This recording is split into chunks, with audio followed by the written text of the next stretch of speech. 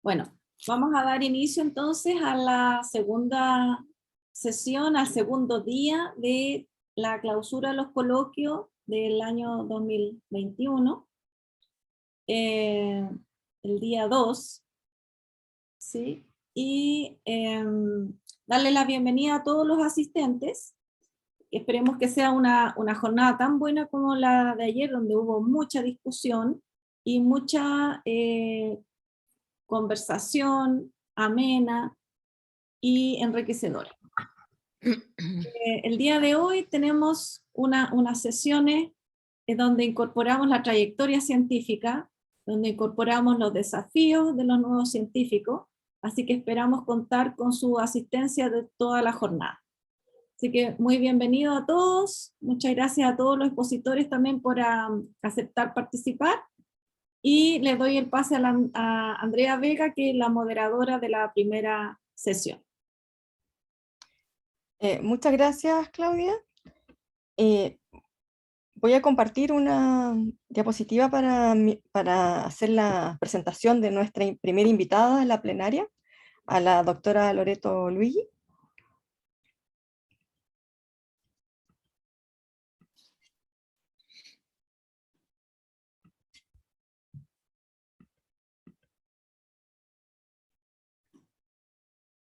Ya, entonces, muchas gracias, Loreto, por aceptar nuestra invitación a dar esta charla plenaria, que se titula 30 años de trayectoria personal y desafíos colectivos de la biología vegetal en Chile. La doctora Loreto Luigi es profesora titular de la Facultad de Ciencias Biológicas de la Pontificia Universidad Católica de Chile y ha tenido una destacada trayectoria en relación a lo que es la historia de la biología vegetal en Chile, relacionada directamente con su investigación.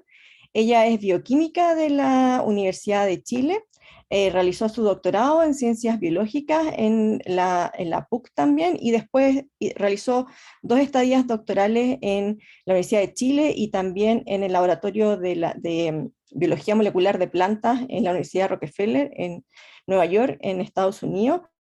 Y durante toda su carrera ha desarrollado la biología vegetal y ha sido la impulsora de las primeras reuniones que realizamos en biología vegetal en Chile, y es un honor presentarla en esta primera plenaria.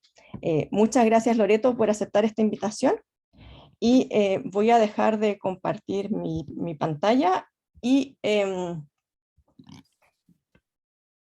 te dejo a ti para que empieces tu charla, que nos vas a contar toda tu trayectoria.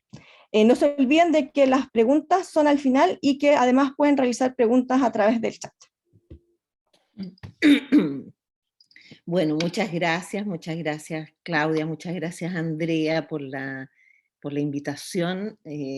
Para mí, la verdad que es un privilegio estar aquí hablando en la Sociedad de Biología Vegetal, que es el lugar que nos ha acogido, como me acogió a mí y a mi grupo tantos años, y tantos años participamos en esta instancia desde su creación. Así es que para mí es un privilegio, la verdad. Em,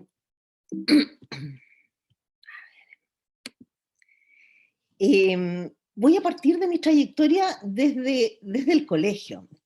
Quise hacer no sé cómo va a resultar esta cosa, porque es lo que quise hacer es ir contando cómo se van concatenando los hechos, ¿no? Porque la vida de uno, después que terminé de preparar esta presentación, me di cuenta que algo que es obvio, ¿no? Que uno es producto de sus vivencias y la formación que uno ha recibido, ¿no? Yo tuve el privilegio de estar desde kinder hasta cuarto medio en el Liceo Experimental Manuel de Salas.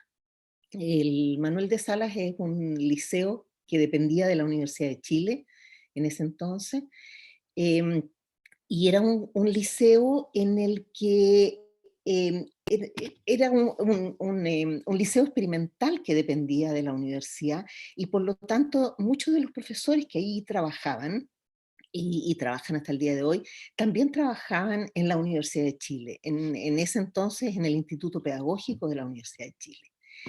Em, entonces recuerdo que ese puñado de profesores que tenían que eran innovadores curriculares, y lo menciono porque tiene que ver con lo último que estoy haciendo yo. Em, yo creo que y me marcó experiencias innovadoras que tuvimos nosotros cuando estábamos en tercero o cuarto medio, con currículum flexible, y sobre todo con un trabajo social comunitario. Nosotros dedicamos un día entero en tercero y cuarto medio a trabajo social en la comunidad. Y yo, por ejemplo, en el área de biología, nos íbamos a consultorios y hacíamos una serie de actividades en los consultorios que básicamente lo que hacía era conectarnos con el mundo externo. Así que yo creo que fueron mis primeras experiencias de servicio público. Em, Esta profesora, Viola Soto, era la profesora de Historia y Geografía y asesora técnica de Manuel de Sala, y ella era la impulsora, profesora además del Instituto Pedagógico, impulsora de estas iniciativas.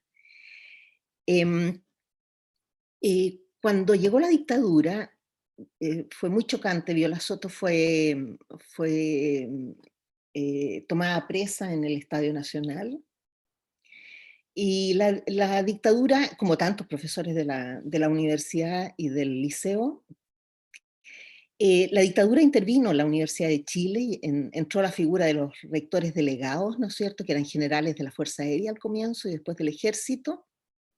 Y el liceo, por ser un liceo dependiente de la Universidad de Chile, también fue intervenido con un director general de la Fuerza Aérea.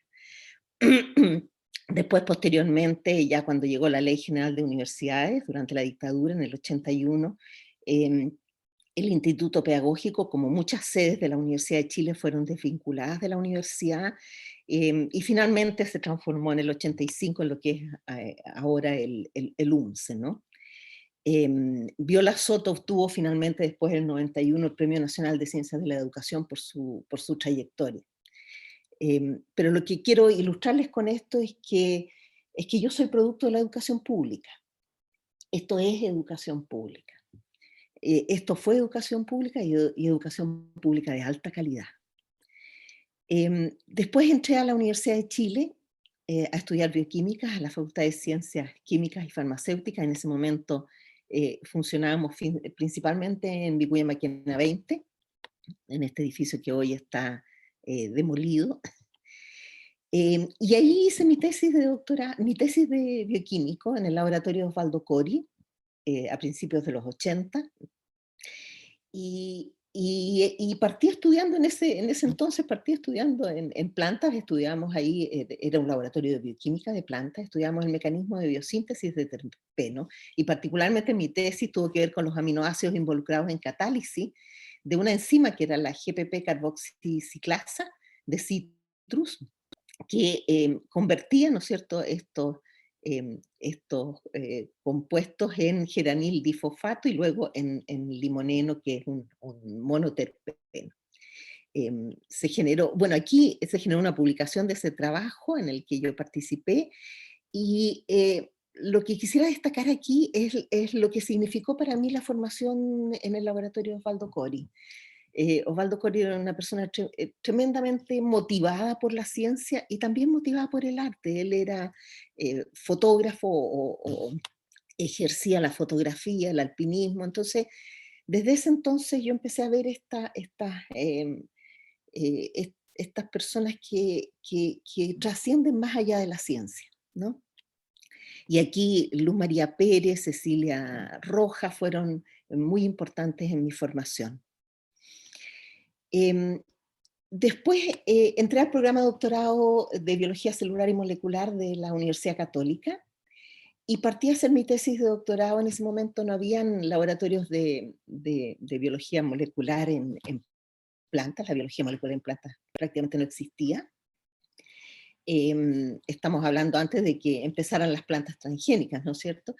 Entonces me fui a Argentina a hacer, y esto también por razones personales, ¿no es cierto?, siguiendo a mi marido de ese entonces, partí al laboratorio de Rubén Vallejo, que él dirigía el Instituto CEFOI del CONICET en la Universidad Nacional de Rosario, en Argentina. Y ahí estudiamos, era un instituto dedicado a la fotosíntesis, ¿no?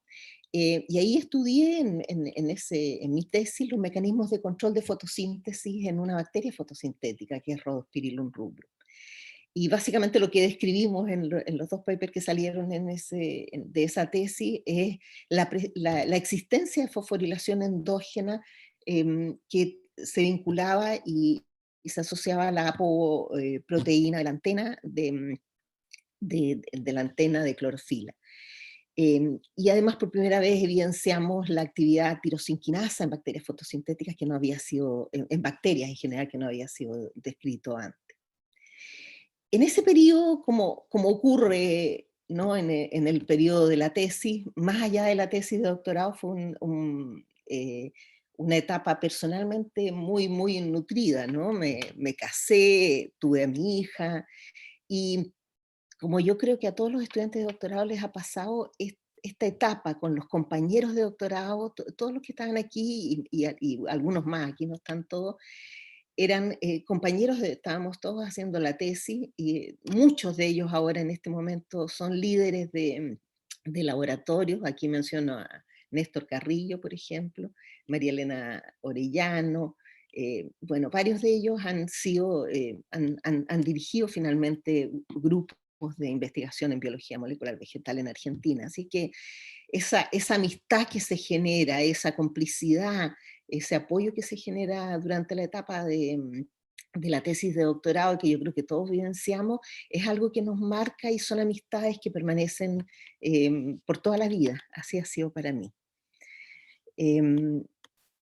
Y también el criar hijos en Argentina, para mí, el criar mi hija en Argentina, también fue muy bonito, porque la cultura argentina incorpora mucho más a los niños que lo que es la cultura chilena, ¿no? Así es que fue una instancia muy, muy, muy nutritiva en general.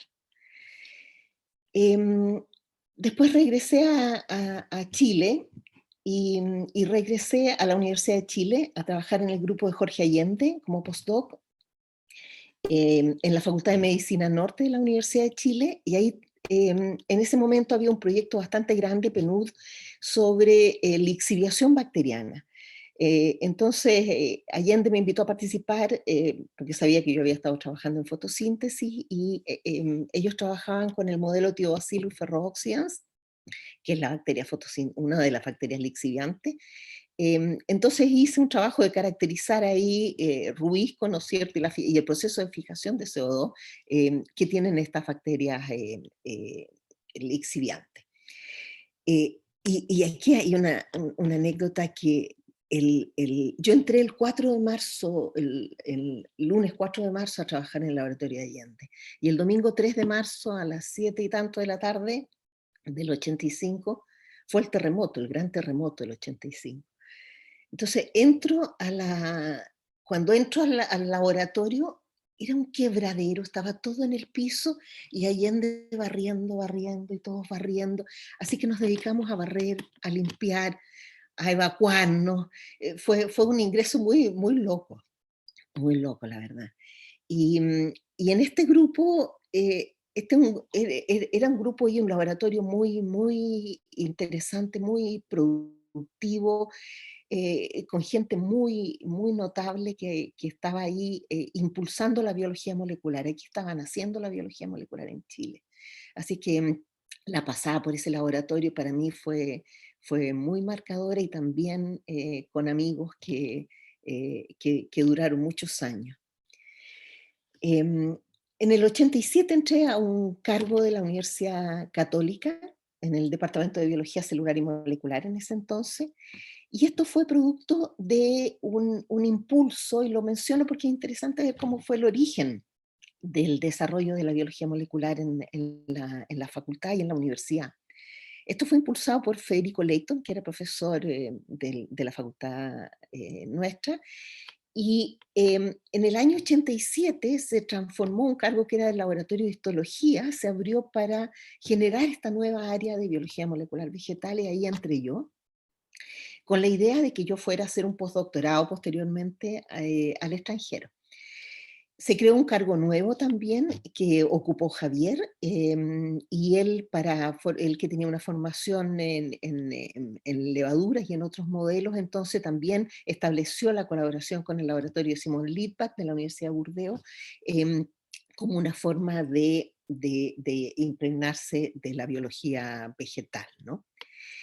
En particular, en paralelo, perdón, se generó también un laboratorio de micropropagación vegetal en la Facultad de Agronomía, y era un laboratorio conjunto que funcionó hasta hasta el 95 y que lo coordinaba Pato Arce. Y cuando se desarmó esa estructura, ese laboratorio, el cargo quedó en la facultad nuestra, y por lo tanto Pato se incorporó a nuestro grupo. Y luego, muy posteriormente, 10 años después, entró Rodrigo, y ahora ya, bueno, ha entrado José, Janet, sí, qué sé yo, ya se fue Javier, me voy yo, así que ya, y pronto se va Pato. Entonces hay una rotación, pero este fue el origen de nuestro grupo de biología molecular vegetal en la Católica. Y aquí lo que quiero destacar es que yo creo que ha habido pocos casos de áreas en la facultad que se han desarrollado con esta visión y con una política institucional, donde se ponen los cargos a disposición y se arma la estructura de manera de generar una masa crítica en un área. Así que quise destacar eso, y la labor destacada que tuvo Federico, y el apoyo que representó para mí y para todo el grupo. Después me fui a hacer el postdoctorado tal como habíamos acordado, ¿no es cierto? Y partí al laboratorio de Nam Haichua de la Universidad Rockefeller. Uy, no puse una foto de Nam. Bueno, este es parte del grupo de Nam. Ellos trabajaban en biología molecular vegetal, es uno de los grupos pioneros de biología molecular vegetal en Estados Unidos. Y ellos trabajaban en transcripción, en control transcripcional, y estaban describiendo el promotor 35S del virus del mosaico de la coliflor. Ese era uno de los modelos. Entonces, en ese modelo trabajamos en tabaco en ese entonces. En ese modelo, entonces, yo estuve trabajando y terminamos identificando una secuencia, ¿no es cierto?, con la cual seguimos trabajando mucho tiempo después en mi laboratorio, que respondía, descubrimos que respondía a una hormona de estrés que es ácido salicílico. Entonces, ese fue una pasantía, o sea, este postdoctorado que hice ahí, que fue tremendamente importante para mí, por lo que representa la salida al exterior y por lo que representa el estar en un laboratorio muy competitivo en el área en que uno se está formando, ¿no? Bueno, y más allá de la ciencia, en ese periodo, entre el 85 y el 91, ¿no? Que hice mi postdoctorado en la Universidad de Chile y luego en la Universidad de Rockefeller, en esa época descubrí el arte. Descubrí el arte, comencé a pintar, a hacer escultura, a hacer grabado. Entonces fue un periodo tremendamente de amplitud de horizontes, ¿no? De los momentos de la vida en que después de venir, ¿no es cierto?, del estudio que significa estudiar bioquímica y todo eso, de repente como que se amplía el horizonte, ¿no? Viajar a Estados Unidos, estar en Nueva York, vivir en Nueva York, descubrir el arte, para mí fue tremendamente marcador en mi vida. ¿Qué pasaba en Chile en esa década, ¿no? Que yo me estuve formando entre el 81 y el 91. El 81 apareció la ley, se creó la Ley General de Universidades en dictadura, que además yo ya les conté que la Universidad de Chile se desmembró en esa ley, ¿no? Y también hubo cambios en el sistema de financiamiento, y hubo una transición de un sistema de aporte directo del Estado para investigación en las universidades a los fondos concursables. Entonces ahí nació Fondesit, el 81 recién se crea Fondesit como un fondo concursable para asignación de recursos en investigación. aquí hay esto está entre el 2000 y el 82, pero para que ustedes se den cuenta, los fondos, estos son fondos, ¿no? Los fondos en investigación, en Fondesit, eran muy incipientes en esa época, ¿no es cierto? Y empezaron a dispararse en el 89, 90, y después tuvieron otra alza el 95, y después otra alza un poco mayor, ahí les voy a mostrar. El 88 recién se crea el Plan Nacional de Desarrollo Científico y Tecnológico y nacen las becas para doctorados y magísteres nacionales. Los que hacíamos antes de esa fecha, los que hacíamos el doctorado, lo hacíamos sin beca en realidad. Y ahí yo agradezco a mi papá que me financió en realidad ese periodo, y como a muchos les pasó, ¿no? Bueno, ¿y qué pasaba con la biología vegetal en Chile? Había escaso, un número bastante reducido de grupos de investigación en biología vegetal. Biología molecular vegetal era prácticamente inexistente. Había un bajo número de científicos en general en Chile, y para qué decir doctores en biología vegetal. Y el presupuesto en ciencia, por supuesto, era mucho más reducido de lo que tenemos ahora. Y la biología vegetal estaba representada en ese entonces por la fisiología vegetal. Habían grupos importantes en la Universidad de Chile de fisiología vegetal, en la Católica también, de bioquímica vegetal, de botánica, de química de productos naturales, de ciencias agronómicas, y de ahí emergió la biología molecular vegetal, de gente que fue formada en esas áreas en el país. Yo vengo de la bioquímica, Pato, por ejemplo, viene de la fisiología, así, ¿no? Bueno, y después vino el largo periodo de formación y consolidación de mi laboratorio desde el año 91 hasta el 2018, que cerré mi laboratorio.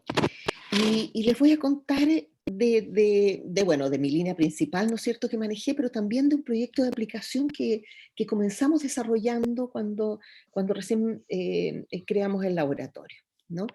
En ese momento, en el 93, ganamos un proyecto FONDEF. El FONDEF se creó el 91, así que como fondo, así que era uno de los primeros concursos de FONDEF. Y este fue un proyecto de colaboración entre la Facultad de Ciencias, la Facultad de Agronomía, con el INIA RMEWE. Y lo que nos propusimos es producir plantas transgénicas con resistencia a bacterias patógenas en Solanum tuberosum, y particularmente nos interesaba la resistencia a Erwinia carotovora, que produce problemas de pudrición severa en papas. Entonces tuvimos un primer proyecto en el que desarrollamos establecimos colaboraciones, ¿no? Y desarrollamos estas líneas de plantas transgénicas que expresaban péptidos y expresaban proteínas antibacterianas. Y probamos su resistencia o su nivel de tolerancia a la infección. En paralelo, bueno, posteriormente tuvimos un segundo proyecto FONDEF que lo lideró Julio Kalasic, y en ese proyecto, ahí les voy a mostrar, empezamos a hacer los primeros análisis de campo de estos clones.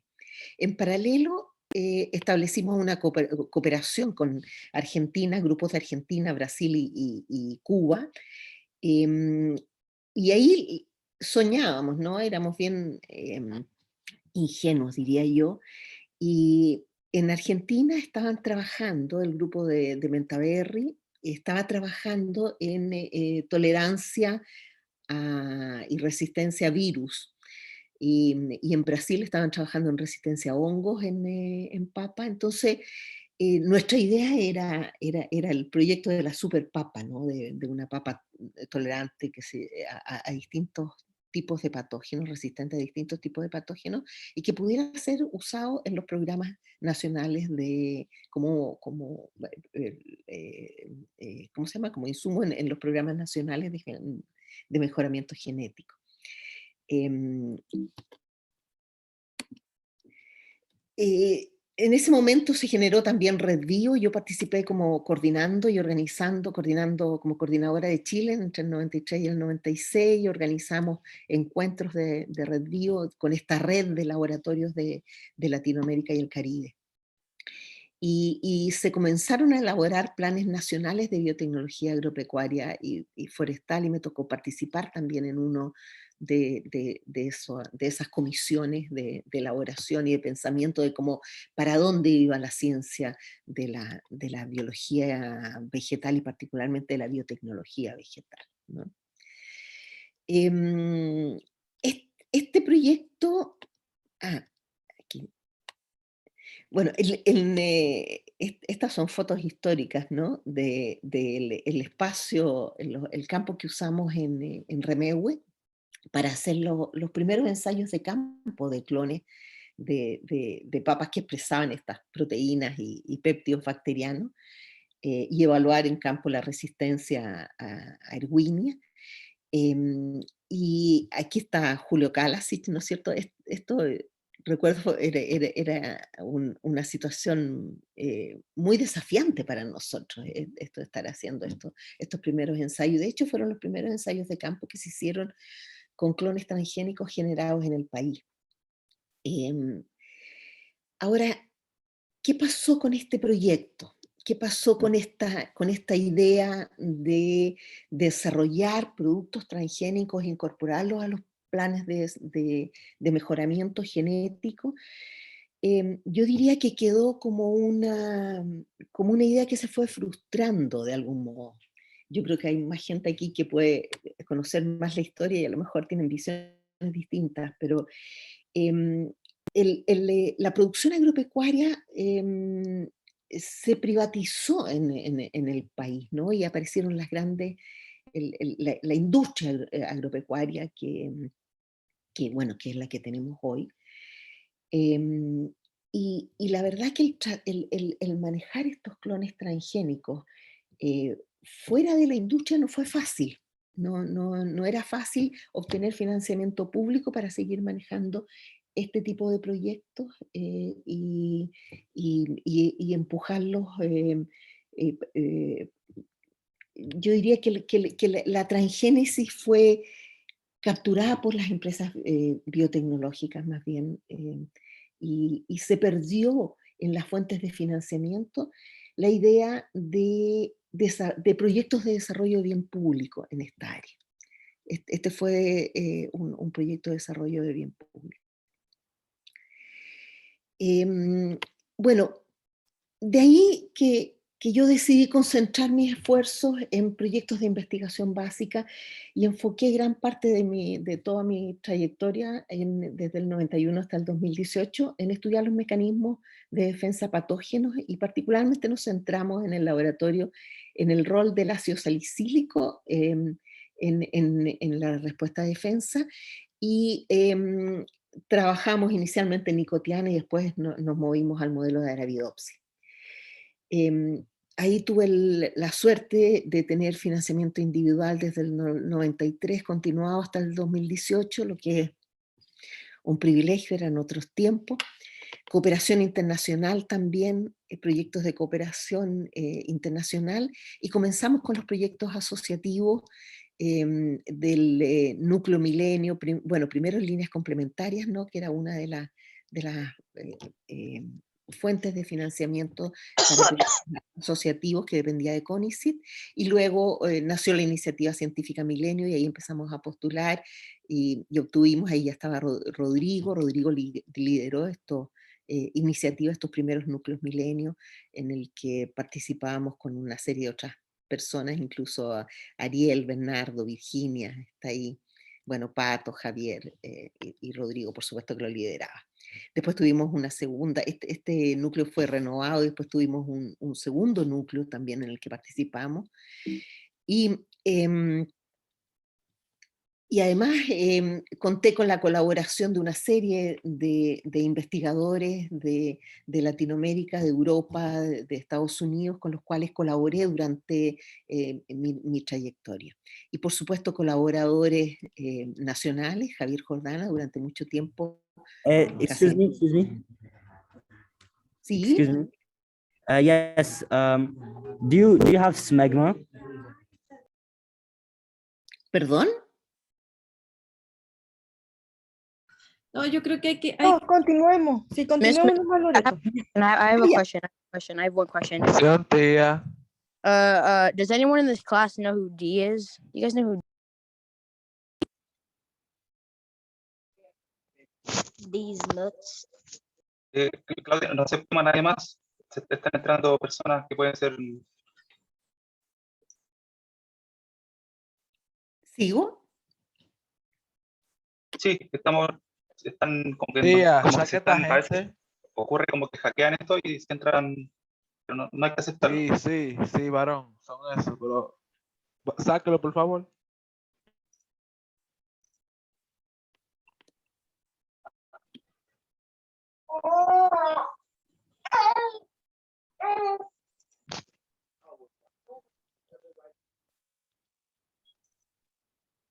¿Ok? sí, sigamos nomás, dale. Bueno, decía que además conté con una serie de colaboradores, ¿no es cierto? Colaboramos con varios profesores a nivel nacional, les mencionaba a Javier, a Rodrigo, a Bernardo, a Paula, que después la voy a mencionar, y a Elena también hemos colaborado, Elena Vidal. Yo diría que una de las cosas más nutritivas para mí, sin duda, uno de los aspectos más nutritivos de toda mi carrera científica fue la interacción y el trabajo de formación científica, de formación de nuevos científicos. Todas estas personas fueron tesistas de doctorado en el laboratorio y las voy a mencionar. Virginia Garretón, Carolina Uquillas, Paula Salinas, Gigi Meravachvili, Ingrid Letelier, Francisca Blanco, Grace Armijo, Daniel Laporte, Luis León, Ariel Herrera, Aldo Seguel, Emma Olate y José Manuel Ugalde. Todos fueron estudiantes de doctorado de mi laboratorio y se formaron en mi laboratorio. Tesistas de pregrado, aquí está Claudia, Carolina, hay una C, Paula, Elena, Francisca, Ariel. Bueno, Ariel estuvo en todas, ¿no? Ariel, igual que Francisca, igual que la Paula, estuvieron como tesistas de pregrado, como tesistas de doctorado, y después estuvieron además como investigadores postdoctorales. Así que en total hay 53 personas pasaron por mi laboratorio durante este periodo de casi 30 años. Y a ellos tengo que agradecerles en realidad, y les agradezco de corazón todo el trabajo que hicimos, porque yo entiendo el esfuerzo que todos hicieron en sus periodos de tesis de pregrado y de doctorado y durante sus estadías postdoctorales. Aquí muestro algunas fotos. Partí desde el 2003 porque no encontré fotos digitalizadas más antiguas, ¿no es cierto? Esto era cuando estábamos formando un grupo, un laboratorio con el laboratorio de Javier. Después el 2009, 2011, 2014, 2012, 2017 y al final 2018, ¿no es cierto? La gente que estuvo en el laboratorio. Y esta fue cuando cerré el laboratorio hicimos una celebración en el espacio del laboratorio donde invité a todos los que habían pasado por ahí. Y aquí está esta foto histórica donde está mi primera estudiante de doctorado, Virginia Garretón, y mi último estudiante de doctorado, que está ahora aquí en la audiencia, José Manuel Ugalde, perdón. Ok, ¿qué es lo que en qué estuvimos trabajando nosotros? En la respuesta de defensa de plantas a estrés. Y particularmente nos concentramos en las hormonas y como modelo el ácido salicílico nosotros, ¿no es cierto? Las hormonas que actúan como señales en mediando la interacción externa, ¿no es cierto?, de la fuente de estrés con la respuesta genética. Estas hormonas median este proceso a nivel de la planta y como les decía, yo me enfoqué, en nuestro grupo se enfocó en el ácido salicílico, que por lo demás tiene una interacción muy interesante con señales redox y metabólicas que también forman parte, ¿no es cierto?, de la respuesta a estrés. Y como les decía, esta respuesta a estrés se traduce en una respuesta genética que da cuenta de la defensa o que prepara a las plantas para la defensa. Em, n- en una primera parte, en una primera etapa, nos enfocamos en las señales, en los mecanismos de señalización que mediaban la respuesta del ácido salicílico en la activación transcripcional de genes.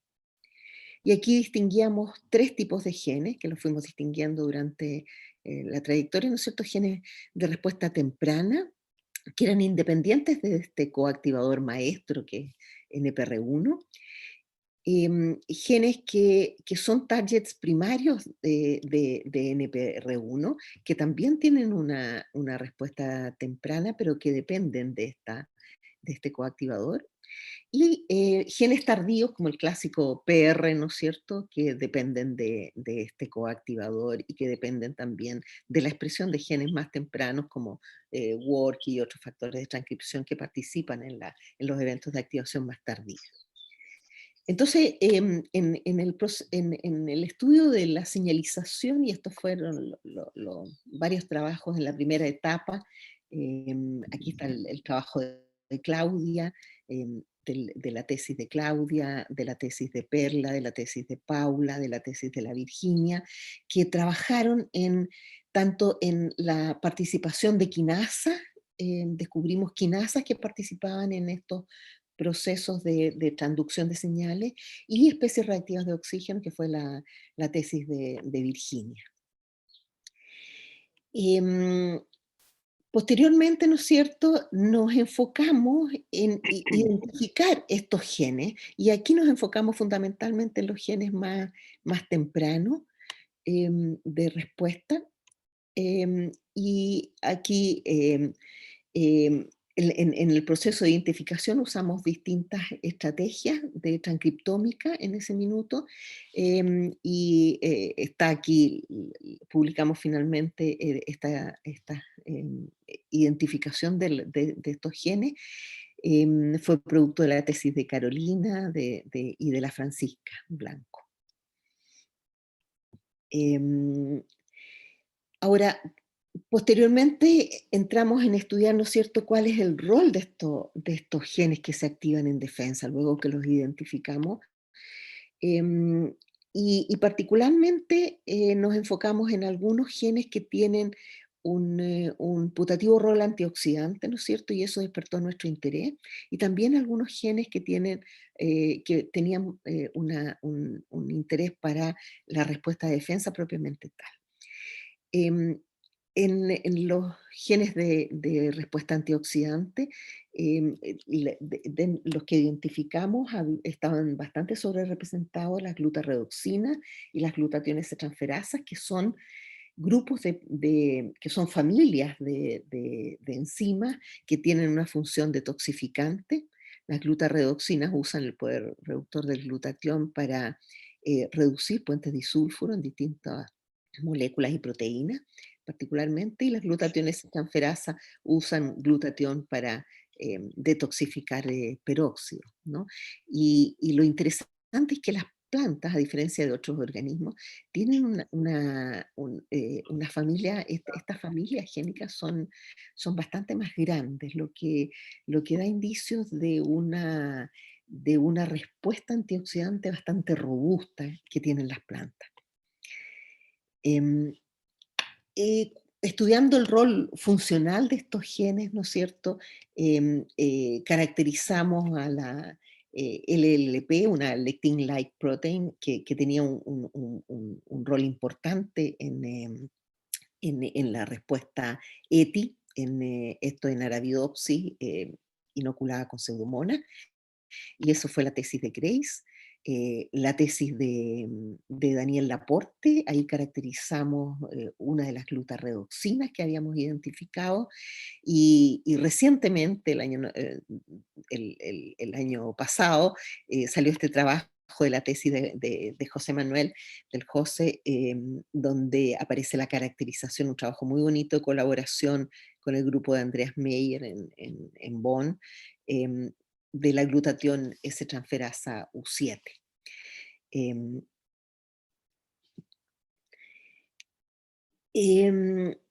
Volvimos al mecanismo, a querer, y siempre permanentemente estuvimos viendo, concentrados en el proceso de transcripción mismo, ¿no? Factores de transcripción, elementos de regulación de respuesta a ácido salicílico, y cómo funciona este proceso de señalización del ácido salicílico, de especies reactivas de oxígeno, cómo eso se traduce en interacción de factores TGA con sus secuencias y en la transcripción misma.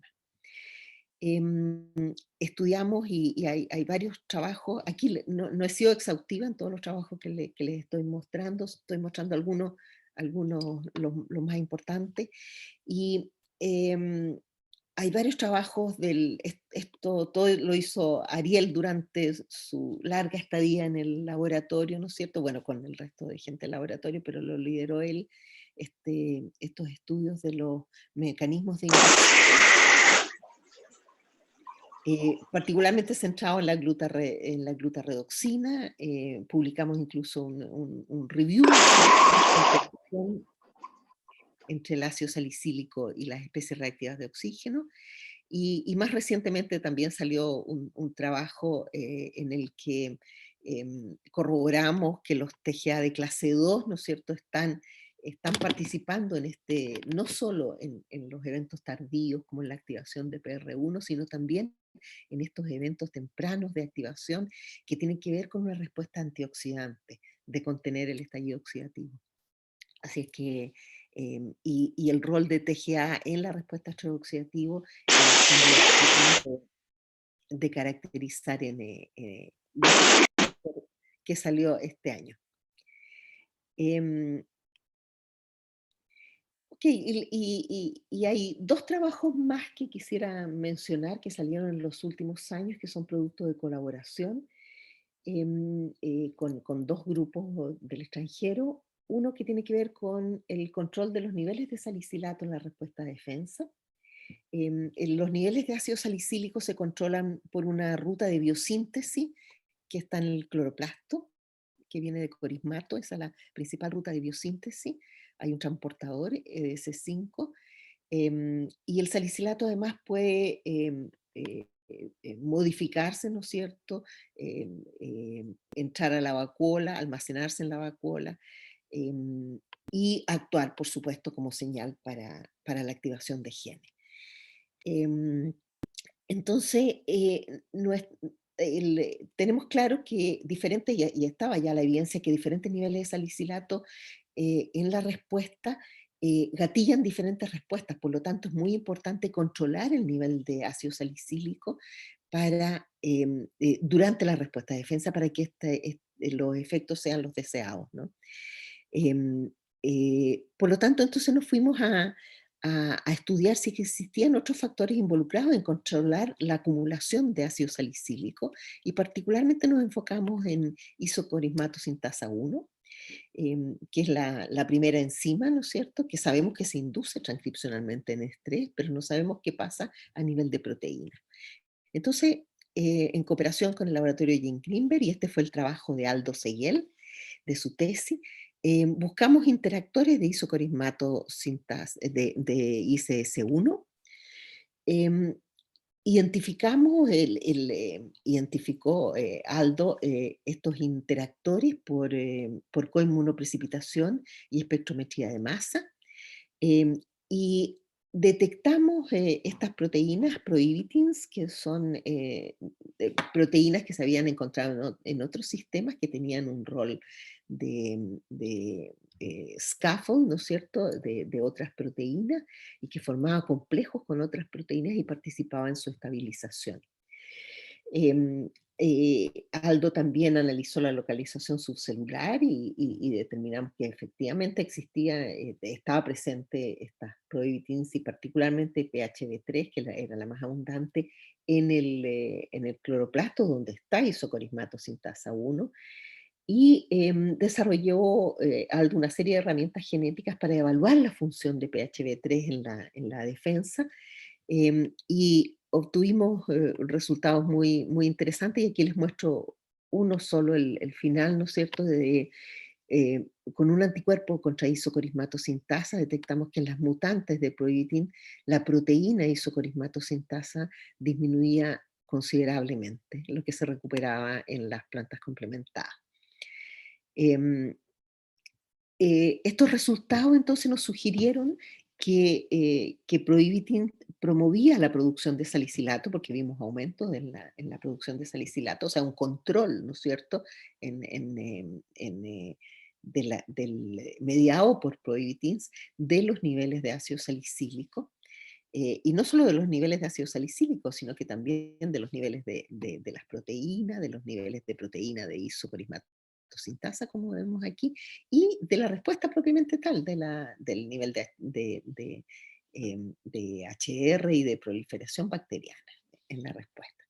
Entonces concluimos que a través de la formación de estos complejos prohibitin isocorismato sintasa, la prohibitin estabiliza la isocorismato, la proteína, y por lo tanto permite un aumento en la producción de isocorismato, siendo esta enzima clave en su biosíntesis. Y este trabajo fue publicado en el 2018 como parte importante de la tesis de Aldo. Y el último de esta serie que les voy a mostrar, el último trabajo, fue también publicado en el 2018, y esto fue una colaboración, el trabajo de tesis de Emma Olate, una colaboración con el grupo de Julio Salinas del CSIC de Madrid. Y lo que esta colaboración nació buscando, ¿no es cierto?, si el laboratorio de Julio trabaja en estrés por baja temperatura, y lo que quisimos ir a buscar es la participación, porque había evidencias del rol de ácido salicílico, de algunos de los componentes de la ruta de ácido salicílico en la respuesta a frío. Entonces, empezó Emma a trabajar en esta tesis, y finalmente terminó con un trabajo muy hermoso, donde describió que NPR1 incluso inducía transcripcionalmente su gen por estrés por temperatura, y detectó toda una nueva vía, una nueva ruta mediada por NPR1, que interacciona con factores heat shock que participan en la respuesta genética, que ya están caracterizados, que participan en la respuesta genética a la aclimatación en frío. Así que este fue un trabajo muy interesante, y que puso NPR1 más allá, lo sacó o sea, en el fondo da evidencias de que NPR1 participa mucho más allá de la respuesta a patógenos, sino que también en otras condiciones de estrés. ¿Qué pasaba en la ciencia en Chile en estos 20 años, ¿no? Bueno, en el 91, a comienzos de este periodo, se crea y entra en operación FONDEF.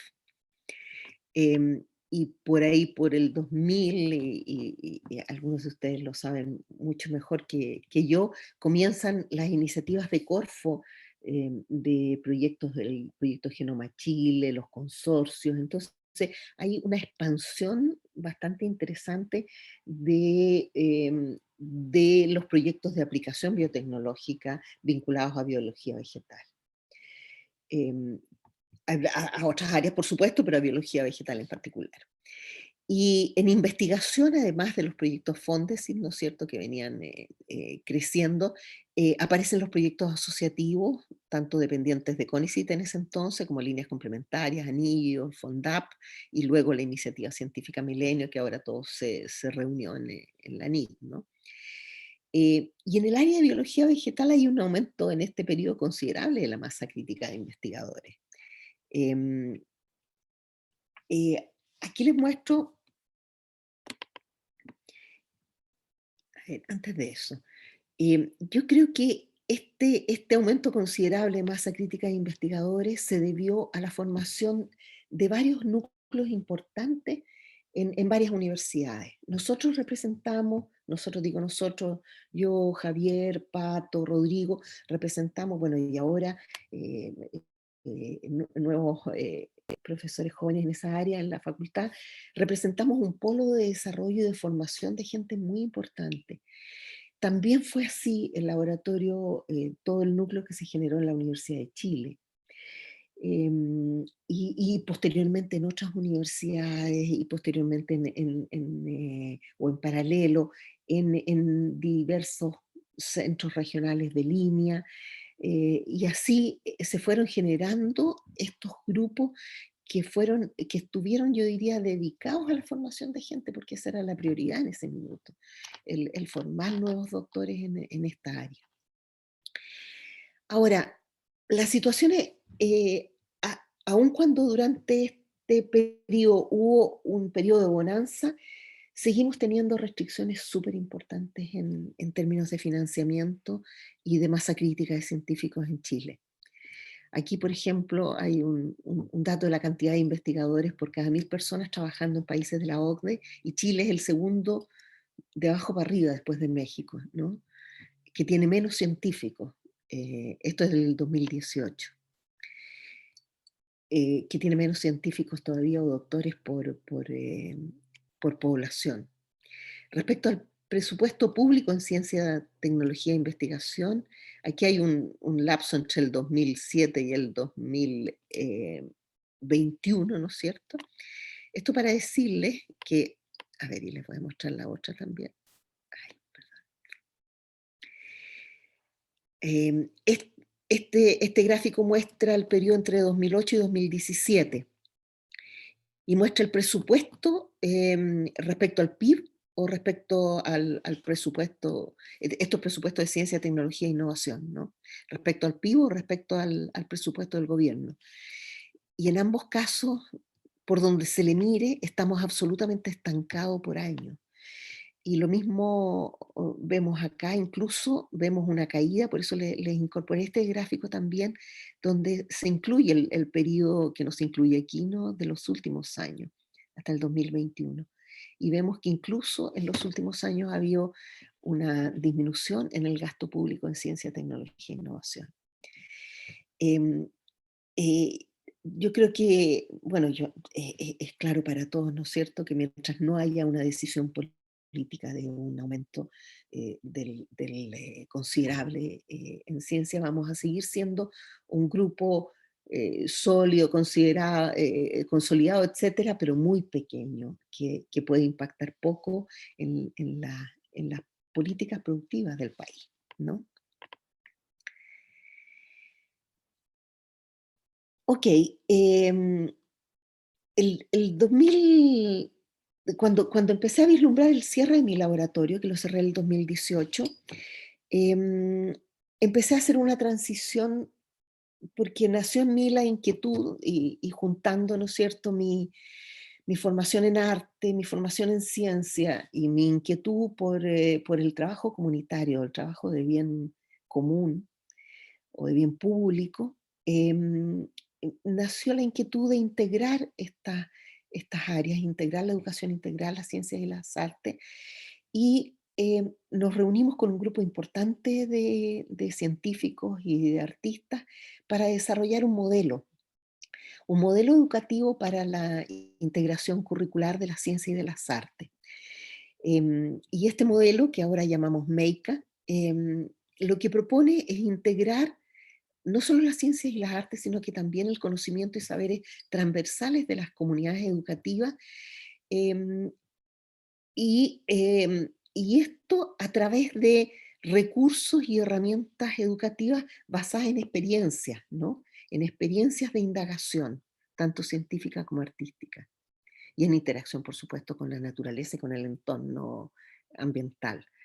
Em, y poniendo un foco importante en el desarrollo socioemocional, cognitivo y creativo de niños y niñas. Desarrollamos este proyecto que surgió inicialmente, este proyecto surgió de fondos PME de la Iniciativa Científica Milenio, cuando teníamos el núcleo Milenio, los núcleos Milenio. En el 2016 comencé con un piloto, desarrollando una primera unidad integrada de ciencia y arte y probándola extraprogramáticamente en escuelas de Recoleta y acá donde estoy en Pichilemu. También conté con fondos de extensión de mi propio proyecto Fondesit, y luego el 2019 ganamos un proyecto Fondef. Y en este proyecto Fondef participan profesores de nuestra facultad, de la Facultad de Educación y del campus Villarrica de la Católica, y van como entidades asociadas la Municipalidad de Recoleta y la Municipalidad de Pichilemu, que es donde se iba a implementar, o se está implementando en realidad en forma piloto este nuevo modelo. Y en términos de proyección de financiamiento, estamos creando una fundación sin fines de lucro, Fundación Ciencia y Arte se llama, y nuestra idea es continuar a través de esa fundación, que fue creada por todo el grupo que co-creó esta metodología, seguir levantando recursos para expandir y ir transfiriendo esta metodología a escuelas públicas. Nuestro foco fue el aula y escuelas públicas. Ahí está el logo de la Fundación Ciencia y Arte. Este es el equipo del proyecto. El equipo del proyecto está integrado por un grupo importante de gente en educación, un grupo importante de artistas, de arquitectos, ilustradores, diseñadoras. Contamos con un grupo de colaboradores también del área también de las artes y de la pedagogía teatral, como Verónica García Huidobro, por ejemplo, de la Facultad de Artes de la Católica, y por supuesto los equipos docentes de las dos escuelas donde nosotros planteamos desde un comienzo implementar en forma piloto esta nueva metodología. La escuela de Cahuil, y aquí están los profesores que participan, y el Liceo Juan Verdaguer de la Municipalidad de Recoleta. Ambos son escuelas municipales. ¿Qué es lo que proponemos en esta metodología? Proponemos varios principios, proponemos integrar, ¿no es cierto?, ciencias, arte, y proponemos hacerlo en el aula, de manera de que sea una integración curricular, ¿ya? ¿Cuáles son los principios que fuimos elaborando en este fue un trabajo de 2 años durante 2019 y 2020, una época bastante especial, ¿no es cierto?, para todos nosotros. Por toda la crisis social, ambiental y luego, luego de salud que hemos vivenciado. Pero en ese contexto de crisis nos surgió la certeza de que esto es cada vez más urgente. Entonces nos fuimos potenciando y terminamos escribiendo un libro con toda esta metodología. ¿Y cuáles son los principios que definimos? Vivenciar experiencias integrales para descubrir la experiencia, la conciencia, desarrollar la dimensión espiritual en conciencia, y aquí no estamos hablando de religión, estamos hablando de conciencia de sí mismo, conciencia del entorno social y ambiental. Y eso se va generando a través de oportunidades para el silencio, contemplación, autorreflexión durante las unidades. El otro principio es aprender significativamente por medio del juego. Y aquí las artes escénicas que están incorporadas y la pedagogía teatral cumple un rol esencial en la metodología que nosotros implementamos. Y finalmente el último principio es promover oportunidades para el desarrollo del buen vivir. Y eso tiene que ver tanto con el desarrollo humano como el desarrollo ambiental. Entonces, es la vinculación de los niños y la incorporación de los niños en su entorno social y en su entorno ambiental. Entonces, estos son los principios que nosotros propusimos de esta metodología médica. Desarrollamos también una estrategia, hicimos una propuesta metodológica de un ciclo de indagación transdisciplinar. De manera que en cada sesión los niños vivencien desde un inicio, ¿no es cierto?, que los lleva a conectarse con su cuerpo, con el entorno, entrar en una problematización en el desarrollo, ¿no es cierto?, inspirarse con videos sobre el tema. Cada sesión sigue este ciclo y va de acuerdo, contesta una pregunta de investigación. Entonces hay fuentes de inspiración, hay un desarrollo y levantamiento de preguntas, y luego viene el proceso de investigación y de creación, donde se integra la exploración científica y artística, luego un proceso de reflexión, para finalmente en el cierre integrar esto, ¿no es cierto?, y comunicarlo. Y finalmente los niños incluso se hacen cargo de limpiar el espacio en el que trabajan. Hicimos una propuesta de diseño curricular. Aquí fuimos muy mateas, ¿no es cierto?, pues mateos, porque si nosotros queremos introducir esta metodología al aula, tenemos que alinearnos con el currículum.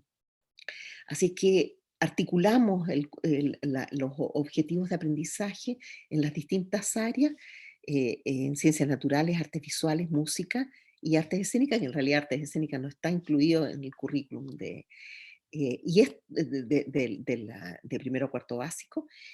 Nos enfocamos en el primer ciclo básico y desarrollamos 4 unidades integradas, una para primero básico, nuestro entorno natural vivo, centrado en el ser vivo. En segundo básico, animales diversos de nuestro sistema, centrado en diversidad animal.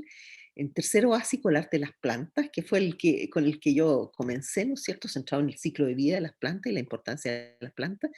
Y en el cuarto básico, el ritmo del cuerpo, centrado en el sistema musculoesquelético y el movimiento del cuerpo.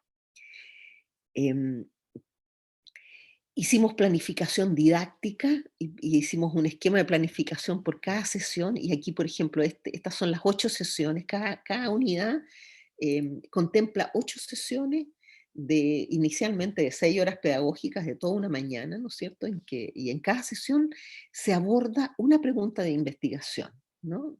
¿Cómo son y se sienten las cubiertas corporales de los animales de mi entorno? ¿Cómo son y se perciben las distintas partes de las plantas? ¿Qué necesitan los animales y las plantas para vivir? Ahí hacemos una salida a terreno, etc. Y terminamos con un análisis de caso. ¿Cómo participo? Evidenciamos problemas ambientales que amenazan la vida de los seres vivos, ¿no es cierto? Entonces, ¿cómo participo? Nos preguntamos, ¿cómo participo del cuidado y la regeneración de mi entorno natural vivo? Y los hacemos reflexionar a los niños en torno a eso, para hacerlos partícipes de su entorno.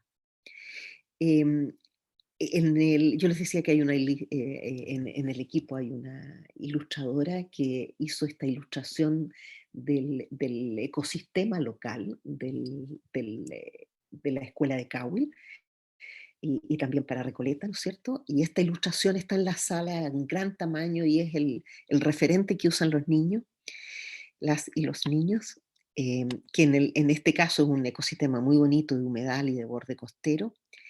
Y en el caso de la comunidad, de la comuna de Recoleta, ¿no es cierto?, de Santiago en realidad, nos centramos en el ecosistema que rodea Santiago, en el ecosistema de la precordillera y del bosque esclerófilo que está en la precordillera. Y también entonces la ilustradora Antonia Lara que vive aquí en Cowell, hizo esta maravilla de ilustración que está ahora en la sala de Recoleta, para que los alumnos también usen como referencia este ecosistema que es propio de su entorno. Desarrollamos material audiovisual, cada sesión tiene un video desarrollado para inspirar, que trae imágenes, trae experiencias nuevas de ciencia, de arte, de música, de diversos entornos. La idea es exponer a los niños con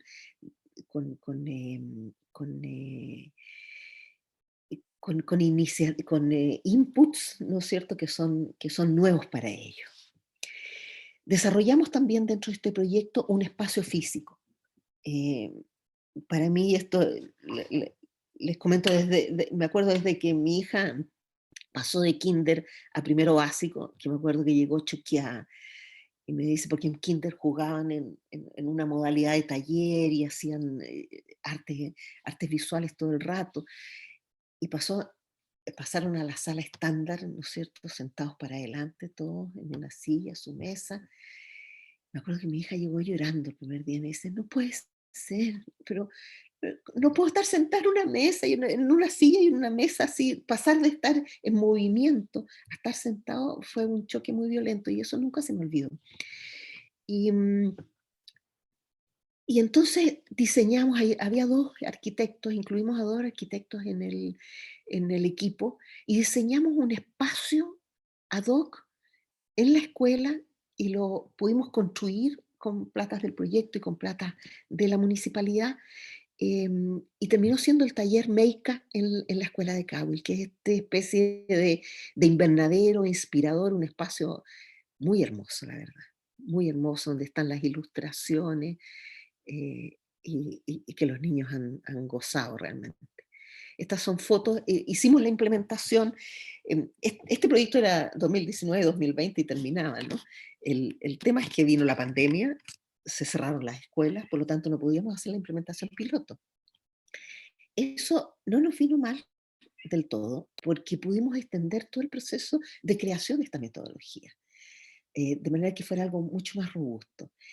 Y ahora en los meses de septiembre, octubre y noviembre implementamos con condiciones muy especiales, con un sistema de aula híbrida, ¿no es cierto?, entre presencial y virtual, con los niños con mascarilla, con aforo, etcétera, con una serie de restricciones, hicimos el primer piloto en la escuela de Cahuil. Y estas son algunas de las fotos de las experiencias que viven los niños, ¿no es cierto?, durante las y los niños, durante cada una de estas unidades, ¿no? Y la idea es que ellos integran, ¿no es cierto?, el cuerpo, y eso es algo muy, que produce un cambio muy sustancial, ¿no? El integrar el cuerpo, que los niños estén en movimiento, el que no haya sillas, el que los niños puedan jugar en el piso, y puedan habitar todo el espacio, realmente es un descubrimiento. Y ha sido algo muy positivo. Y también los vinculamos, bueno, aquí no puse, pero hicimos varias salidas a terreno, y de manera que los niños pudieran conocer e integrarse más a su entorno natural, ¿no? Em, Sin duda, y ahí hago mía las palabras de Miriam Fernández, ecóloga que participa en este proyecto, que habla de conocer para proteger, ¿no? La importancia de conocer para proteger. Si queremos que los niños crezcan protegiendo su entorno, es importante que lo conozcan. Y en eso estamos. Bueno, ese es es mi último proyecto, y es a lo que pienso dedicarle mi tiempo los próximos años. Eso, muchas gracias, y particularmente gracias a la sociedad por invitarme. Espero no haberlos aburrido con toda esta mezcla de todo el proceso vivido, ¿no es cierto?, a nivel personal, y cómo eso se inserta con lo que va pasando a nivel nacional. Y quiero terminar agradeciendo profundamente a todos los estudiantes que pasaron, a todas las personas que pasaron por mi laboratorio, que hay varios, el José, el Ariel, no sé quién más está, la Claudia, toda la gente que pasó por mi laboratorio y que hicieron posible que tuviéramos un impacto, que tuviéramos que contribuyéramos a desarrollar el área en el país. Eso. Muchas gracias. Muchas gracias, Loreto. Muy bonita presentación y muy linda trayectoria. Felicitaciones, y tu proyecto en el que estás trabajando ahora es muy lindo. Ahora tenemos tiempo para preguntas. Si levantan la mano, por favor, para Claudia. Ya, gracias Loreto por tu presentación, sabes que estuvo muy entretenida, muy buena también, porque no solamente mostraste tu trayectoria, sino que la contextualizaste en todo lo que era Chile, la ciencia en Chile. Entonces, obviamente que los tiempos han cambiado, pero mi pregunta es, ¿cuáles fueron tus mayores desafíos a nivel como personal en tu trayectoria? ¿Y qué consejo les darías a aquellos que están iniciando su carrera académica, científica, biotecnológica? Gracias. A ver, pucha, hartos desafíos, ¿ah? Porque es una carrera larga, así que hartos desafíos. Bueno, el primer desafío fue la inserción, ¿no?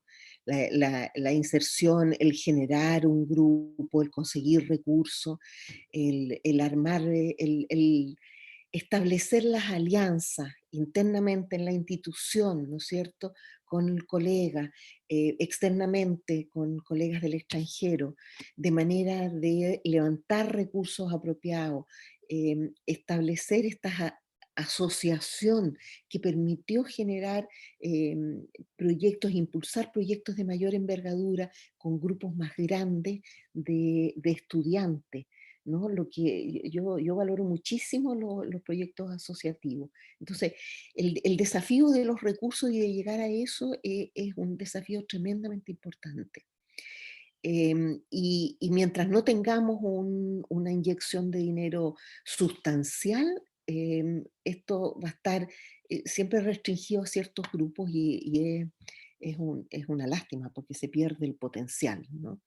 Y ese fue uno de los grandes desafíos. Otro desafío importante que no lo quise mencionar aquí tiene que ver con el tema de género. Yo me incorporé a la Universidad Católica. La Universidad Católica es una estructura bastante patriarcal, digámoslo con todos sus nombres, tal como es. Y en esa estructura patriarcal no es fácil progresar en la carrera académica. La estructura patriarcal trasciende a la universidad, ¿no? En todo el país. Entonces, los cambios de paradigma yo abrazo con mucho entusiasmo todos los cambios que se han producido y cambios culturales sobre todo, que ya no permiten ciertas actitudes o ciertas visiones, ¿no? Ya hay ciertas visiones que ya no van.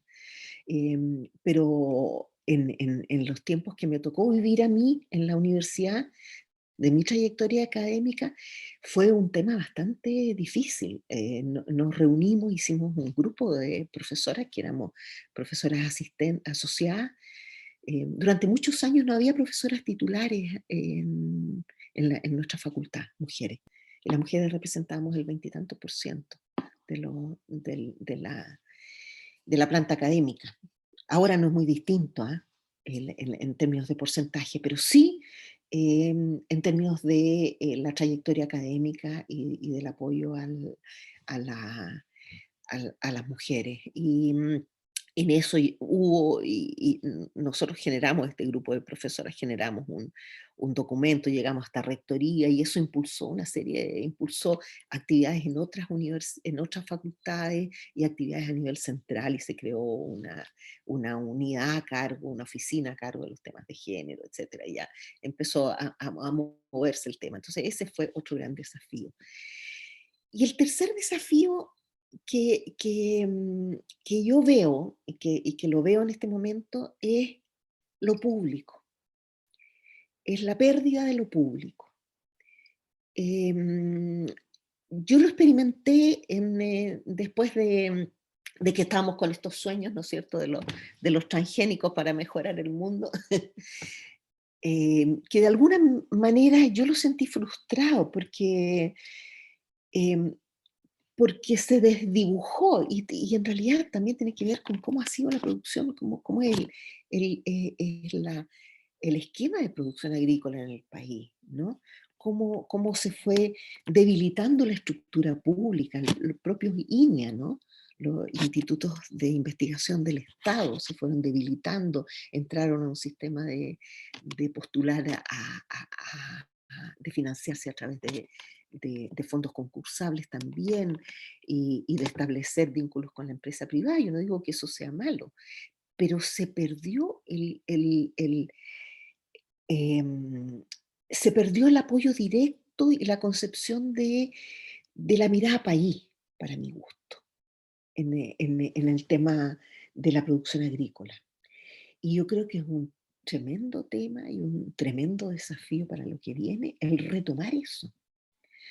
O sea, yo lo retomé en mi vida, lo público, el sentido de lo público, a través de este proyecto de educación. Hubiera querido retomarlo y lo intenté, ¿ah? Me acuerdo que en algún momento con Paula postulamos de nuevo a FONDEF para teníamos la idea de desarrollar una batería de vectores para transformación, para que quedaran en poder público, ¿no? Para que fueran usados por los programas de mejoramiento nacionales, etc. Y postulamos muy contentas a un FONDEF y no lo ganamos. Hicimos 2 intentos de postulación a un FONDEF con iniciativas de este tipo y no lo ganamos. Y también aprovecho de decir que también es un desafío, ¿no? Es un desafío para la comunidad entera científica del país, el que estos fondos de aplicación, que los fondos concursables de aplicación se manejen de una forma que tengan una mirada país. Hay un tema ahí, por ejemplo, en FONDEF, que lo conozco más de cerca, que he tenido proyectos FONDEF y he estado en comités de área de FONDEF. FONDEF se abrió al sector productivo, cosa que es buena, pero al interior de los grupos de los comités de área de FONDEF se sienta la empresa privada. Se sentó Monsanto durante mucho tiempo en el comité de área agropecuario. Se sientan ahora en el comité de educación que conozco, se sientan las grandes corporaciones de colegios subvencionados. Entonces, hay un tema ahí de conflicto de interés, hay un tema de pérdida de mirada de lo público que es preocupante y que es súper importante mantener, para mi gusto, mantener presente en paralelo, no descuidar. Ese es mi comentario. No sé si te contesté, Claudia. Sí, claro que sí, pues muchas gracias. Ahora tu recomendación, tu consejo a los nuevos chiquillos, las nuevas generaciones. Nuevas generaciones. Yo creo que no pierdan de vista la asociatividad. O sea, el generar masa crítica, el generar grupo, el trabajar en grupo, el trabajar en colaboración. El sistema de financiamiento ha sido individual durante mucho tiempo, en el Fondesit principalmente, ¿no? Pero la mirada de grupal se perdió durante mucho tiempo. Los proyectos asociativos la pusieron. Y yo creo que fortalecer los proyectos asociativos grandes que permitan esta interacción tan positiva entre estudiantes, entre investigadores, yo diría eso, que busquen eso y que no se olviden del bien público. Que no se olviden del bien público. Eso. Y que estamos en un proceso de transición. Y que estamos también en un proceso de transición a nivel mundial y a nivel nacional también. Estamos mirando nuestra matriz productiva, estamos mirando cómo hemos manejado nuestros recursos naturales todo este tiempo. Yo de repente digo, está bien, hemos fortalecido nuestra industria agropecuaria, somos grandes exportadores de productos agropecuarios, pero en realidad estamos exportando agua. Estamos exportando agua de nuestro país. Estamos exportando agua, estamos exportando nutrientes del suelo. Entonces, ojo con lo que estamos haciendo. Ojo con lo que estamos haciendo con la industria forestal y la industria agropecuaria. Tenemos más preguntas. José Manuel. Hola, Loreto. Perdón. Perdón. Yo también soy José Manuel, por eso. Perdón. Hola, José. Sí. Puedes ir cualquiera de los dos, José. Este es primero, que ya que hablaste, dale nomás, Bueno. y después José Manuel Ugalde. Bueno, gracias, Loreto. La verdad que diste una charla muy inspiradora. Yo creo que eso es lo que, digamos, con esa palabra defino, digamos, tu charla muy linda. Gracias. Yo nada más te quería preguntar, porque a medida que vos fuiste contando todas tus investigaciones, como que siempre quedó muy claro cuál era la pregunta que vos querías contestar. Entonces, un poco, digamos, si podías reflexionar sobre el proceso creativo de generación de conocimiento, de publicación, ¿cómo lo ves vos, ¿no? O cómo lo contarías a alguien por ahí más joven, ¿no? ¿Cómo es eso de generarte una pregunta, tratar de contestarla, y eso termina finalmente en un paper?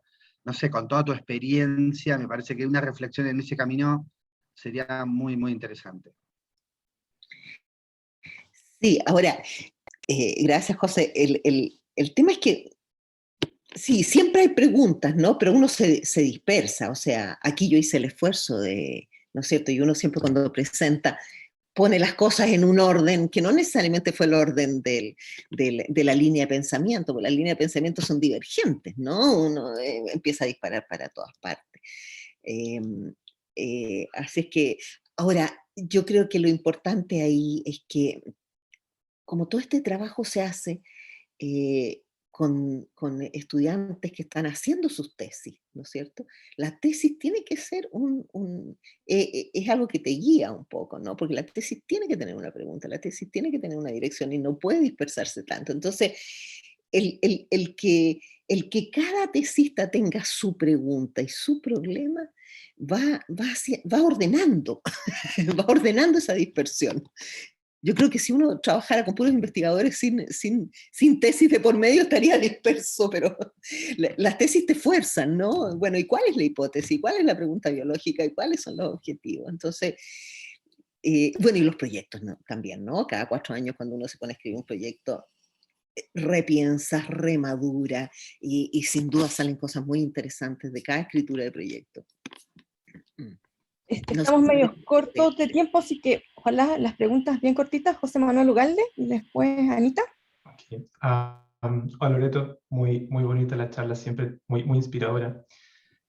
Una pregunta corta, ya estás en este momento del camino, ¿qué cosa te hubiera gustado saber al principio del camino?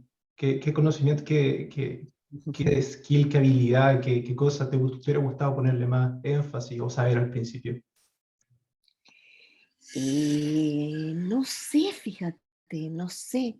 Yo creo que valoro el camino que he hecho. Yo creo que valoro la ingenuidad incluso del comienzo. Valoro todo lo naif que fui en mis comienzos. Y no sé, fíjate si hay algo que me hubiera sido... Tal vez hay una sola cosa en lo personal que me hubiera gustado cuando digo, si hay una sola cosa que me arrepiento, es haberme estresado de más en la vida. Que toda esta carrera es tremendamente demandante y exigente. Y el estrés continuo es algo que, el urgirse, ¿no? El urgirse, el estresarse, el pasarlo mal a veces. Ahora ya no lo paso mal, aunque haya problemas. Como que esa sapiencia que adquirí ahora con los años, me habría gustado tenerla a los 30, seguro. Muchas gracias. Anita. Loreto, coincido plenamente con José Manuel Esteve, tu charla inspiradora. Me siento muy afortunada por estar ahí transversalmente al lado de tu lab y que tú hayas Gracias. estado en mi formación. Muy lindo la contextualización que hiciste de tu trayectoria en la historia de Chile. Y me llama mucho la atención esta última parte de tu trayectoria, ese paso que hiciste hacia la sociedad, a transmitir esto a la comunidad. Y ahí va mi pregunta. ¿Cómo diste ese salto? ¿Cómo llegaste ahí a esa escuela, a esa comunidad? ¿Cómo fue esa recepción? Porque a mí me encantaría hacer algo así, entonces. Mira, es algo que fue naciendo yo creo que nació el 2013, hice un sabático en México, donde escribí mi último proyecto Fondesit. Entonces, en ese proceso reflexivo, yo creo que ahí empezó a consolidarse esta idea y empecé a sentir en lo personal de que la academia me restringía a un mundo muy pequeño, que la academia me encerraba en un mundo de iguales. Y yo pensaba, pucha, tanta capacidad, tanto biólogo, tanto artista, tanta gente con tanta capacidad, ¿cómo no podemos juntarnos a hacer algo que realmente impacte? Y que impacte, ¿dónde tenemos que impactar? Para mí el dónde tenemos que impactar fue obvio, niños. ¿Dónde tenemos que impactar? Educación y niños. Ese fue el tema. Entonces, partí con lo que tenía a mano, este taller del arte de las plantas, donde ahí estuvo Aldo, estuvo no sé si es que está por ahí el Ale Fonseca, que también me ayudaron, o la Mariola Tovar, gente de mi laboratorio, o que había pasado por mi laboratorio, me ayudaron a armar esta locura en la que yo había empezado a inventar, ¿no? De mezclar el arte con la ciencia. Y eso, yo te diría que y la conexión empezó a surgir así, o sea, empecé a conectarme, me empecé a venir a Cahuil, ¿no es cierto? Adquirí una parcela aquí, empecé a construirme una casita con miras a jubilar acá, y lo primero que hice fue ir a la escuela, a hablar con el director de la escuela, a decirle, ¿sabes qué? Yo me ofrezco, y él hasta el día de hoy se acuerda, porque no entendía nada que yo llegara a ofrecerme, y yo llegué a ofrecerme, le dije, ¿sabes qué? Yo quiero apoyar, yo quiero aportar, tengo un proyecto, estoy empezando a hacerlo, qué sé yo. Bueno, y después lo mismo hice en Recoleta, y empezar a agrupar inquietudes, y buscar gente afín, gente que tenga una mirada común. Yo diría que lo que nucleó a este grupo, que vivimos una experiencia muy hermosa, pues nos transdisciplinamos todos. Al principio estaba cada uno en su tema y terminamos creando una unidad, una cosa muy potente.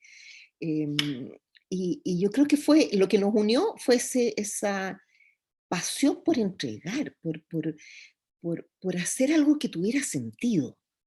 ¿No? No es que la ciencia no tenga sentido, ni mucho menos, para mí la ha tenido toda la vida, pero yo necesitaba algo que tuviera más sentido palpable en este momento. Estamos súper justos en el tiempo, así que por favor las últimas 2 preguntas lo más cortitas posibles. Paula y después Felipe, sería lo último. Hola Loreto, qué agrado verte. Pauli, linda. No, nada, yo no tengo preguntas, solo quiero ponerle el toque sentimental para decirte que también en nosotros fuiste, en mí por lo menos, en la verdad de mí, has sido siempre un pilar y alguien a quien seguir. Yo creo que estar en tu laboratorio impactó tremendamente mi vida. Así que muchas gracias, pues. Linda. También cada uno de ustedes impactó en mi vida. Felipe. Hola Loreto. Primero, bueno, yo no me tocó trabajar directamente contigo, pero desde el área de la biología vegetal todos te conocemos, así que muy inspiradora tu presentación.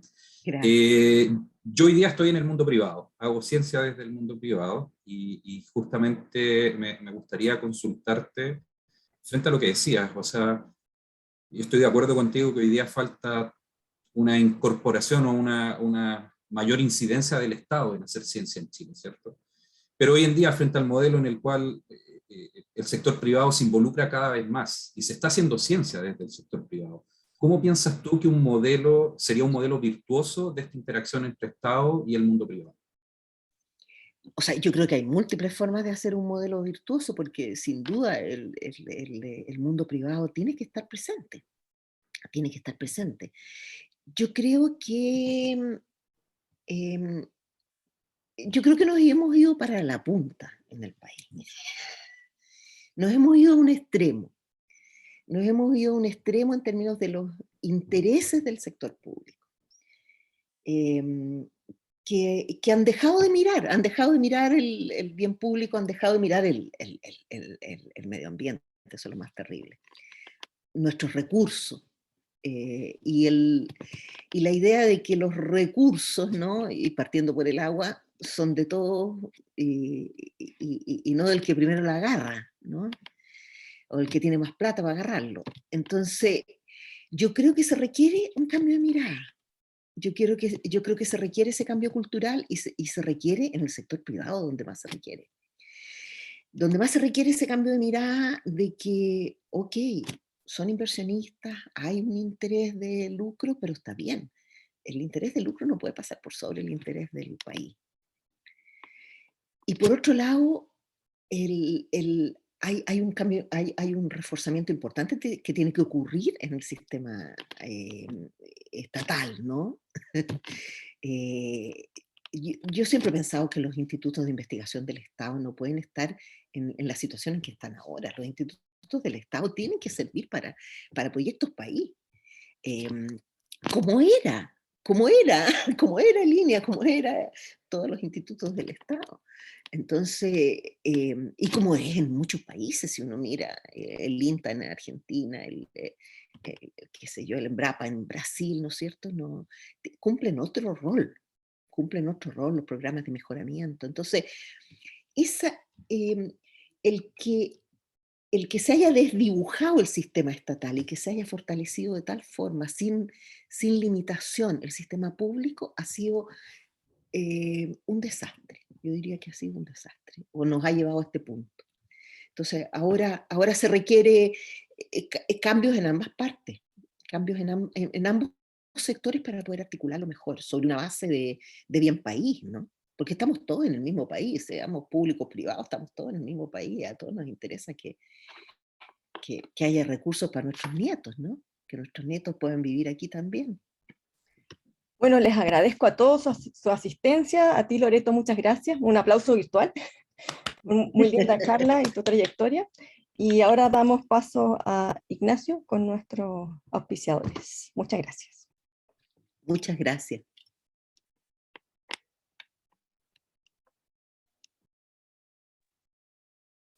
Sí, me sumo también a los agradecimientos y bueno, gracias a Loreto por el amor a la ciencia que ya tiene. Ha sido muy bonito ver también la contribución que ya ha hecho.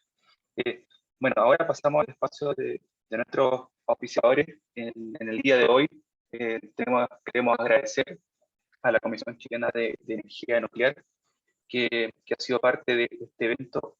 Y bueno, para presentarles un poquito de esta comisión, queremos dar paso a Daniel Villegas, que nos va a hacer una presentación y también nos va a mostrar un video de lo que es la Seychelles.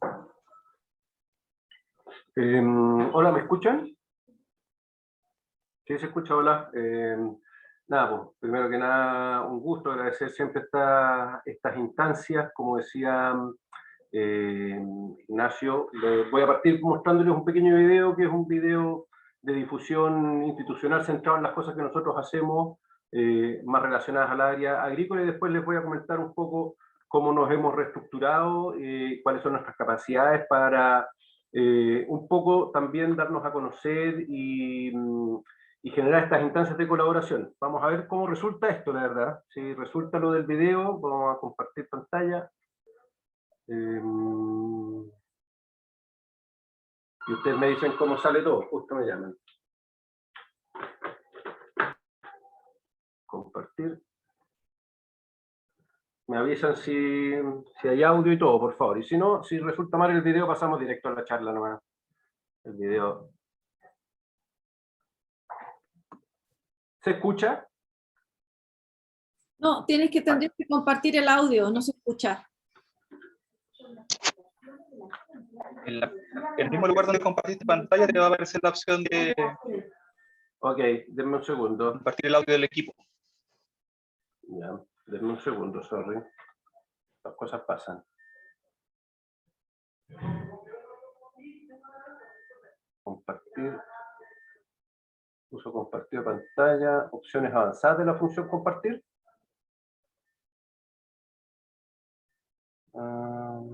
Participantes. Reanudar función compartir. No me aparece, la verdad. Daniel, ¿sabes qué? Dale nomás con el PPT, porque igual como estamos Sí. atrasados. Yo también creo eso. Sí, Sí. no, No, entonces, sí. sí. Vamos a dejar de compartir esto entonces. Ay, es que ahora ya se me fue todo, pero no generar más, admitir, ver, no, nada que ver. Ay, se me fue todo, denme un segundo.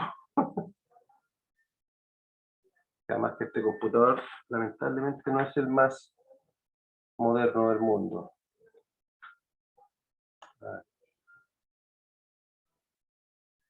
Perdón. Ahí están viendo de nuevo están todavía con el video apagado, ¿verdad? Se ha tenido la función compartir, aceptar. Perfecto, ya. Yo creo que ahora sí vamos a ir con la PPT. Compartir. Sí, bueno, en todo caso el video era un poco un resumen de lo mismo que tenemos acá, así que ¿ahora están viendo, perdón? Sí, dale. Perfecto. Ahora sí. No, el video era un poco un resumen de estas cosas que aparecen acá, que dicen relación con esta nueva organización que tenemos. La verdad es que, para los que no nos conocen, bueno, la Comisión Chilena de Energía Nuclear, dependiente del Ministerio de Energía, tiene varias líneas de investigación, ¿cierto?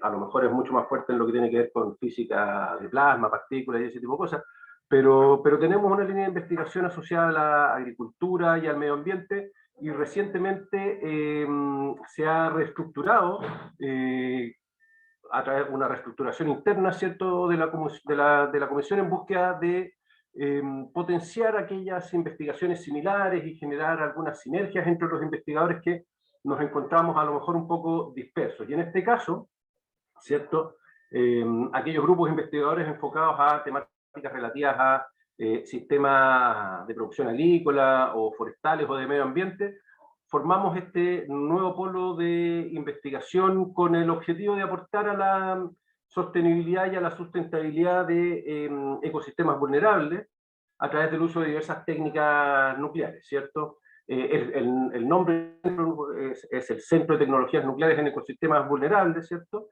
Y hoy en día contamos con 4 líneas de investigación. Esta que es la primera que aparece acá, ¿cierto? El uso eficiente de los recursos naturales y químicos en sistemas agroclimáticos. Esta línea es de más larga data o la con más experiencia dentro de la comisión.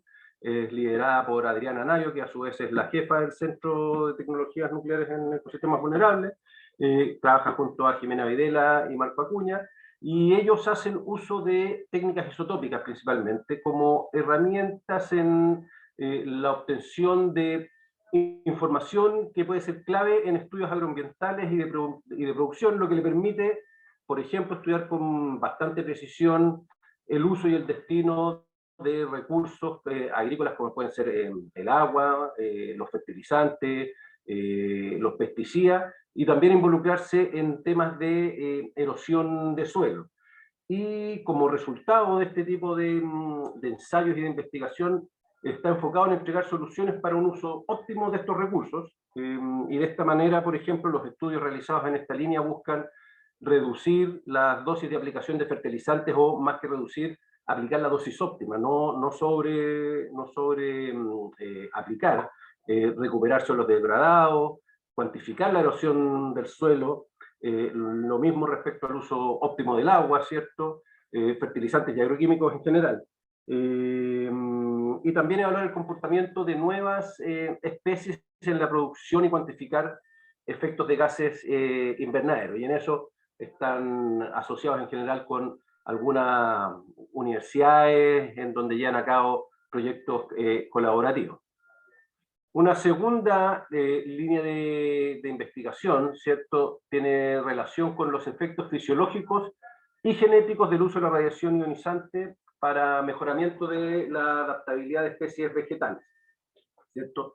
En este caso el foco está puesto más bien en usar radiaciones ionizantes, principalmente radiación gamma de alta energía, para estudiar y comprender su efecto, ya sea de bajas dosis, lo que nosotros estamos ahí estudiando es el efecto que podría ser radioestimulador, o el efecto de altas dosis, que en general está puesto aquí el foco en el efecto mutagénico de estas altas dosis, y lo hacemos en distintas especies, ya sean agrícolas, forestales y ornamentales. ¿Cierto? En esta línea que está liderada por Doris Lee y quien les habla, contamos con un recientemente formado laboratorio de radiobiología vegetal que se compone de la unidad de cultivo in vitro, ¿cierto? En donde mantenemos y estudiamos distintos materiales irradiados y donde actualmente estamos enfocados en inducir mutación y obtención de nuevas variedades de cultivo de papa y de nolana, que es una especie ornamental del desierto. Contamos también con un invernadero en donde podemos llevar a cabo estudios que necesitan más tiempo, o en especies que, por ejemplo, estudiamos el efecto en la fructificación de tomate. También estudiamos en el invernadero el efecto de bajas dosis de radiación ionizante sobre la germinación de semillas de eucaliptus, de semillas de boldo. Llevamos a cabo también aquí en el invernadero estudios de inducción de mutación para generar nuevas variedades de portainjertos de sandía. Está la genaria que hablaba ayer Paula Pimentel en su charla. Nosotros estamos trabajando en colaboración con el CEAF para desarrollar estas nuevas variedades, ¿cierto? Y también vamos a empezar este año a colaborar con el INFOR, el Instituto Forestal, en un programa de mejoramiento inédito, ¿cierto? A través de radiación ionizante de eucaliptus y quillay.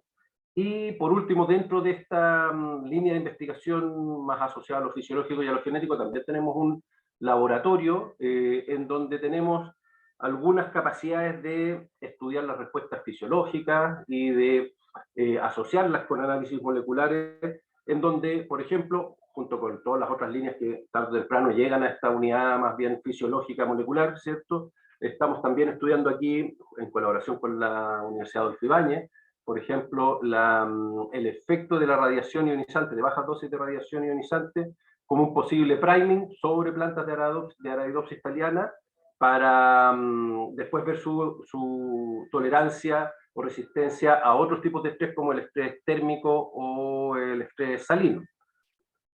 Después tenemos una tercera línea de investigación en este momento que se denomina aplicaciones de radiaciones ionizantes para el fortalecimiento de la producción y valorización de la apicultura nacional, ¿cierto? Bueno, dado el rol fundamental que cumplen las abejas dentro del sistema productivo agrícola y de la importancia en sí mismo del sector apícola y de la producción de miel, ¿cierto? Esta línea de investigación liderada por Enrique Mejías tiene como eje el uso de radiación gamma, en este caso, esa es la técnica nuclear asociada a esta línea, para el desarrollo de metodologías que mejoren los recursos apícolas. También trabaja en trazabilidad e inocuidad de productos derivados de la colmena, ¿cierto? Y diferenciación de productos apícolas a través de la valorización de sus propiedades naturales. Y a su vez este año va a iniciar un trabajo, esta línea de investigación, en un proyecto que busca implementar capacidades para detectar fraude alimentario mediante técnicas isotópicas, en donde la miel va a ser usada como uno de los modelos en los que se trabajará para poder implementar esta metodología, ¿cierto? Y por último, la cuarta línea de investigación es la evaluación integrada de áreas potencialmente contaminadas mediante estudios de suelo y agua y aire, suelo, agua y aire, y su impacto en la salud pública. Esta línea, que es liderada por Ana Valdés, está orientada al estudio de sedimentos, suelos, agua y material particulado atmosférico, con el fin de poder identificar zonas contaminadas, discriminando si estos contaminantes son naturales o antrópicas. Para esto también se apoyan técnicas isotópicas que permiten generar esta trazabilidad entre los procesos contaminantes y eventualmente también asociarlos a distintas actividades antrópicas como podría ser la agricultura, ¿cierto? Y ahí es donde está un poco más bien alojado en este centro, pero tampoco, o también trabaja relacionado a actividades antrópicas de la minería. Y a partir de la información que recaba, evaluar el posible impacto en la salud humana que podrían tener estos contaminantes, ¿cierto? Esas son las 4 líneas que nosotros en este momento estamos desarrollando. Somos un grupo en formación, somos aproximadamente 7 profesionales entre investigadores y apoyo técnico, y eso es un poco en donde yo quería poner el foco hoy en día, ¿cierto? Antes de terminar, porque en el fondo es que nosotros contamos aquí con poquitito tiempo hoy día, y teniendo un poco en cuenta la discusión que se dio ayer y escuchando un poco también la historia, la bonita historia que nos contó Loreto, ¿cierto? Creo súper relevante aprovechar esta instancia para reforzar la importancia de colaborar entre instituciones que tenemos capacidades complementarias. Nosotros, parte importante de este tipo de charlas y por la cual se agradecen es que no hemos sido lo suficientemente vehementes en difundir las capacidades que tenemos, capacidades que en muchos casos son únicas, ¿cierto? Nosotros como Comisión Chilena de Energía Nuclear tenemos capacidades isotópicas y tenemos sobre todo el tema de las radiaciones ionizantes, que en Chile probablemente no haya ningún otro lugar en donde encontrarla, y nosotros estamos en este momento poniéndolas a disposición de distintos programas de mejoramiento genético, ¿cierto? Y además, bueno, creo importante también en este tipo de charlas, ¿cierto? Como iniciativas como los coloquios, que no solo se hagan entre investigadores, sino también entre actores políticos, bueno, los productores, el público en general, sobre todo cuando se habla de términos que a veces están ya instalados dentro de la cultura popular, como que pueden ser términos negativos, ¿cierto? Mutantes, radiación ionizante, habla Loreto de los transgénicos, ¿cierto? Y nos parece a nosotros como comisión, y sobre todo siendo también un instituto del Estado, que es súper importante que el mensaje llegue de la manera más clara e informada posible para evitar estos rechazos que hemos aprendido últimamente a la fuerza, sobre todo con el tema de la pandemia y la desconfianza en las vacunas, que a veces una vez instalada una percepción en la población hay que hacer muchísimo más esfuerzo para cambiar dicha percepción, y eso termina alterando también políticas públicas. Como decían varios que he escuchado, es necesario que nosotros como institución pública respondamos a necesidades del país y no nos quedemos centrados en problemas específicos o problemas muy puntuales. Y cierro simplemente con no puedo estar más de acuerdo en el fondo en lo que también decían Loreto principalmente, en que como institución pública hemos perdido financiamiento estatal directo, y eso se nos hace muy difícil, y por eso estas instancias de colaboración para nosotros son totalmente relevantes. Nosotros estamos en un intermedio entre tratar de funcionar